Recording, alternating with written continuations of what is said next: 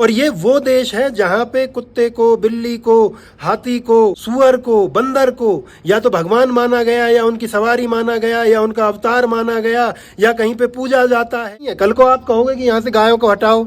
जिस दिल्ली में सड़क पे सोने वालों में भी होड़ लगी रहती हो कि किसको जगह मिलेगी, जिस दिल्ली में आप सिग्नल पे गाड़ी रोको तो 12-13 साल के बच्चे जानवरों की तरह गाड़ी घेर लेते हैं पैसे मांगने के लिए, उस दिल्ली में ये फैसला दिया जाता है कि यहाँ के सारे आवारा कुत्तों को पकड़ करके इनको शेल्टर्स में डालिए, डॉग शेल्टर्स में।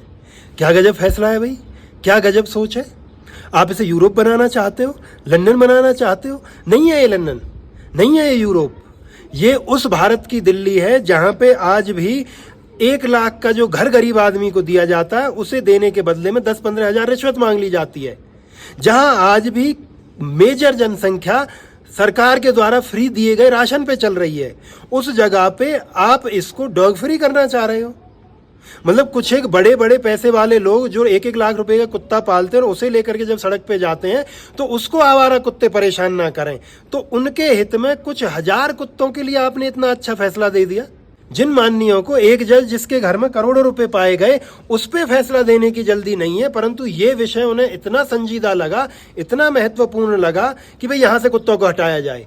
और क्या उम्मीद करते हो आप, जिस देश में लोगों की कदर नहीं है वहां कुत्तों की जा सकती है क्या? कुत्तों को शेल्टर में अच्छा खाना मिलेगा, अच्छा रहना, क्या उम्मीद करते हो यार? मतलब कहाँ रह रहे हैं इस देश के लोग, कहाँ रह रहे हैं वो माननीय जो इस प्रकार के फैसले दे देते हैं।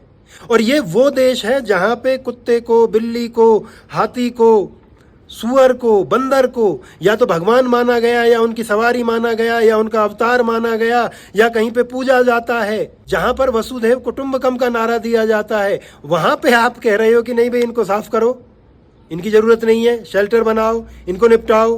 पता नहीं किसके लिए है वो फैसला, इस देश की जनता के लिए तो नहीं है।